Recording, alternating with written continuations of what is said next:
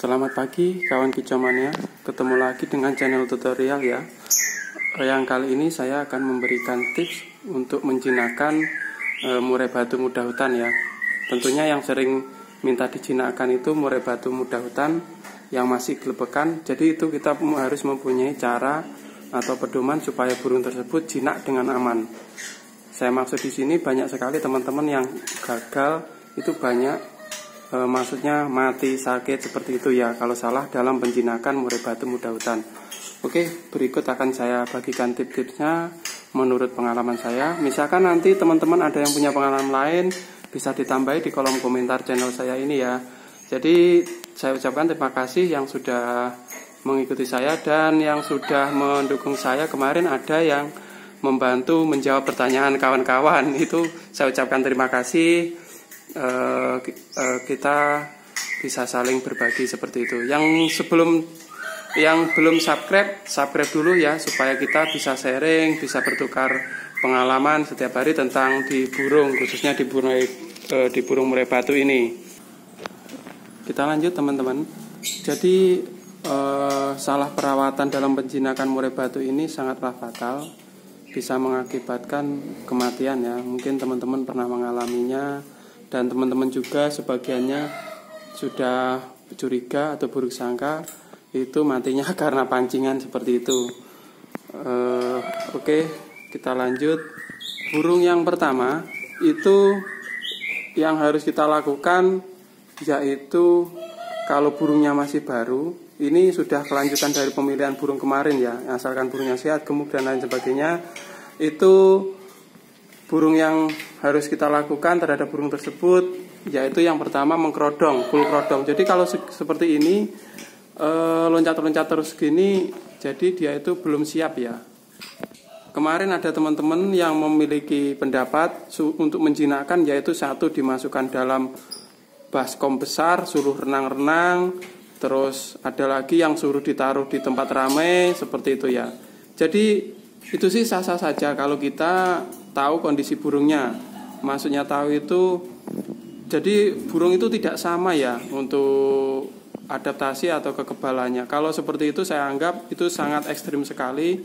Bahkan bisa teman-teman kemarin ada yang disemprot pakai keran gitu. Itu kemarin ada yang pilek mati seperti itu. Jadi banyak cerita sekali. Menurut saya yang pertama harus full kerodong. Full kerodong di sini ini ekor hitam kepala putih yang unboxing kemarin ya. Jadi kondisinya masih kayak loncat-loncat gini, belum siap dipasarkan kalau belum jinak seperti itu ya. Misalkan yang harus dilakukan di full kerodong, ini yang di dalam ini kalian lihat, ini ekor hitam kepala putih ya. Jadi kita itu harus tahu burungnya tentang perawatannya, kondisinya, kerobongnya. Jadi pertama kita full kerobong seperti ini nih, sudah hari kedua ya. Jadi kita harus mengira-ngira, misalkan burung terlalu kelabaan kayak gini nanti bisa full kerodong. Misalkan dia sudah agak jinak kayak di dalam kerodong itu, kita buka sedikit-sedikit, itu seperti itu. Terus yang kedua itu ditaruh tempat tenang. Ini kita lihat di sini. Ini jalannya menuju rumah atau gubuk saya ya sini. Jadi ini saya taruh di bagian pinggir sini, dia sudah terasa tenang ya. Biasanya burung kalau ditaruh tempat tenang itu dia akan lebih cepat adaptasi kalau burung barunya. Mungkin teman-teman ada yang sudah langsung gini ditaruh di tempat ramai ya. Menurut pengalaman saya itu kalau misalkan burung baru ditaruh misalkan di teras, di tempat ramai, itu nanti burungnya bisa loncat-loncat, akhirnya stres, tidak mau makan, dan akibatnya sakit seperti itu. Jadi fatal sekali. Terus yang ketiga ditaruh tempat agak tinggi kayak gini. Mungkin letak tata rumah teman-teman beda dengan ini. Nanti kalian bisa coba-coba ya, tempat mana yang lebih nyaman buat burung. Jadi misalkan burung tersebut ditempatkan di sini, saya buatkan cantolan di sini, dia itu tetap kelabaan karena apa? Ini di atas pintu ya. Jadi harus tempat tenang dan tinggi kayak gini. Terus yang keempat yaitu kasih makan, full makan ya. Jangan dikurangi porsinya. Jadi biasanya kalau di sini seperti video saya sebelumnya, saya menggunakan ulat kandang ya.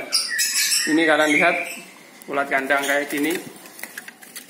Ya, ini kemarin sudah full dari sana, tetapi kenapa saya full ulat kandang? Karena dia masih kondisi capek ya. Kalau misalkan dia capek terus kurang fit, makanannya kurang, jadi dia bisa sakit seperti itu.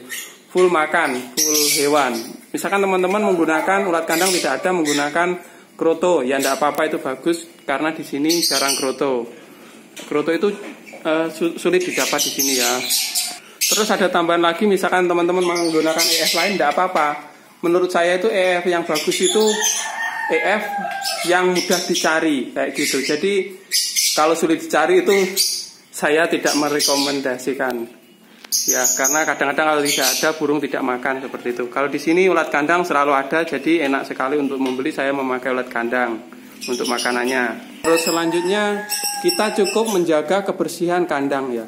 Jadi sangkarnya itu harus kita bersihkan supaya dia tidak bau, tidak lembab, biar apa ya, kalau misalkan banyak kotorannya dia itu biasanya stres atau bisa menimbulkan penyakit lain. Jadi cukup kita bersihkan seperti itu ya, setiap pagi kita bersihkan seperti itu. Sampai kapan kita lakukan? Kira-kira hitungan 1 minggu 2 minggu ya, tergantung burungnya. Jadi misalkan burung yang masalahnya karakter burung itu tidak sama, kita lihat. Misalkan burung tersebut sudah tidak begitu nabrak-nabrak, kelabakan, berarti kita lanjutkan ke step berikutnya atau ke langkah berikutnya seperti itu. Terus ada lagi yang lebih penting, ini step selanjutnya. Jadi kira-kira kalau burung sudah gini, udah jinak seperti ini ya, ini seperti udah adaptasi, itu kalian buka sedikit-sedikit ya. Pertama kita buka seperti ini. Besoknya ditambah lagi, dinaikkan keropongnya sampai dia itu adaptasi. Ketika burung tersebut kita buka kebanyakan, dia loncat-loncat, keropongnya diturunkan lagi seperti itu. Jadi intinya sabar di sini ya. Kita harus tahu karakter burung tersebut. Ketika dia tidak nyaman, kita harus berpikir bagaimana burung tersebut supaya bisa nyaman seperti itu. Kira-kira selang 2 minggu ya, kayak gini biasanya sudah aman, kondisi burungnya sudah gemuk kayak gitu biasanya.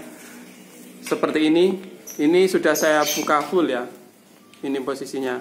Ini lancur panjang tapi lancurnya copot ini. Ini burungnya jenis palangka, ini murah sekali walaupun isiannya banyak. Burung ini. Jadi kalau orang bilang biasanya di aqua-aquan Burdan, ini jenisnya palangka atau Kalimantan. Ekornya panjang ini, itu bukan lancur tetapi itu ekor yang lancur kedua itu ya. Oke, kita lanjut. Terus berikutnya sekitar 2 minggu kira-kira langsung, kalau burung sudah kayak gini ya, bukan kayak gini ya, kayak gitu, itu kita bisa langsung mempelajarinya keramba, mandi keramba. Jadi bertahap kalau burung baru menurut saya. Jadi nunggu dia agak badannya gemuk, agak bisa adaptasi seperti itu baru saya kerambah biasanya. Karena untuk kerambah, setelah dikerambah ini kita bisa mengangin-anginkan. Jadi kalau burungnya belum kondisi, kita kerambah, kita angin-anginkan, itu bisa apa ya, burungnya bisa ya itu tadi sakit seperti itu. Jadi dikerambah, setelah kerambah diangin-anginkan, tentunya ya di tempat tenang dulu atau tinggi supaya dia tidak geleberan. Misalkan dia tetap panik atau loncat-loncat geleberan, itu berarti tempatnya kurang tenang. Kita cari tempat lain, itu kuncinya. Oke, setelah itu lakukan setiap hari. Ketika burungnya udah mulai tenang, jadi untuk sementara tahapan-tahapan tadi kita taruh tempat tenang ya. Misalkan burung tersebut sudah nyaman kayak gini, contohnya ini udah rawatan lama ya, prosesnya dulu seperti itu yang dirawat teman terus dijual karena orangnya ke Malaysia atau kemana kemarin merantau. Terus kayak gini, udah kayak gini ini tidak apa-apa, dijemur, diangin-anginkan karena dia itu sudah adaptasi dan kondisi badannya sudah fit, gemuk 100%. Seperti itu. Jadi untuk penjinaan murai batu kurang lebihnya seperti itu. Misalkan teman-teman ada pertanyaan, ada punya pengalaman lain, nanti bisa di-share ya. Karena banyak sekali cara menjinakkan murai batu. Kita pilih cara yang paling aman supaya murai batu kita tetap hidup dan sehat seperti itu ya. Jadi itu kuncinya. Terus selanjutnya mungkin teman-teman ada yang bertanya, mulai kapan kita mengeborkan?